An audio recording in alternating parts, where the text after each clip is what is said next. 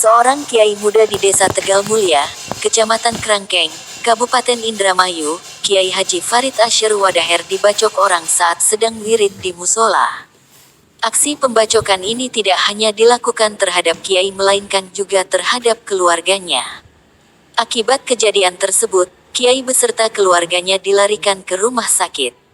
Kiai muda yang saat ini menjabat sebagai Ketua Jamiyah Ahli Tarekat Al-Mutabarah An-Nahdiyah, Jatman ini, mengalami luka bacok di kepala dan tubuhnya karena terkena sabetan senjata tajam. Rabu tanggal 9 Maret tahun 2022 menyebutkan, peristiwa pembacokan terhadap kiai muda tersebut terjadi sekitar pukul 22.30 waktu Indonesia Barat, Senin, tanggal 8 Maret tahun 2022. Saat itu, datang orang dengan membawa senjata tajam berupa arit masuk ke kediaman Kiai Farid dan mencari Kiai Farid saat kondisi rumah sepi. Pelaku yang masuk ke rumah menanyakan keberadaan Kiai Farid, hanya saja Kiai Farid sedang tidak ada di rumah. Pelaku kemudian membabi buta dan langsung melakukan pembacokan terhadap istri dan ponakan Kiai Farid yang saat itu sedang berada di rumah.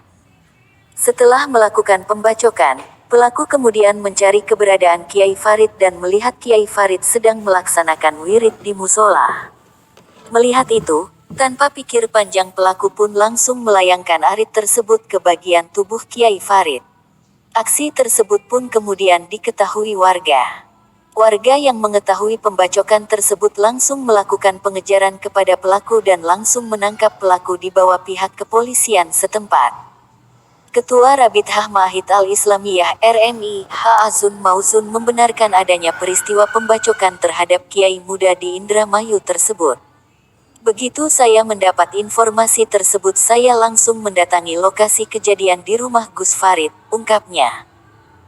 Dikatakan Azun, menurut informasi peristiwa itu terjadi saat santri putra dan putri PP An-Nur sedang latihan khataman di areal pondok pesantren dan kediaman Gus Farid sedang sepi.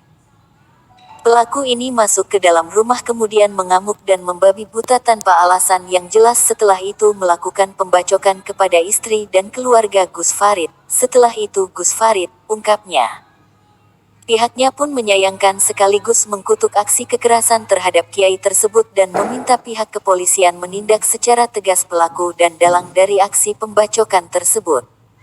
Gus Farid ini pribadi yang ramah, rendah hati dan mencontohkan akhlakul karimah. Sangat tidak mungkin dia ini punya musuh, ujarnya. Pihaknya pun menduga kejadian ini sudah direncanakan dengan target sasaran Gus Farid beserta keluarganya. Mudah-mudahan saja tidak terjadi apa-apa dan Gus Farid beserta keluarga disehatkan kembali, pungkasnya. Sementara itu, Kasat Reskrim Polres Indramayu AKP Lutfi Olot mengatakan pihaknya belum bisa menyimpulkan motif dari kejadian tersebut. Pihaknya pun masih melakukan penyelidikan lebih lanjut dengan meminta keterangan dari sejumlah saksi-saksi di tempat kejadian untuk mengetahui kejadian pastinya. Kita sudah melakukan cek TKP dan saat ini kita LG masih meminta keterangan sejumlah saksi-saksi pada saat kejadian, sedangkan pelaku sudah kita amankan, pungkasnya.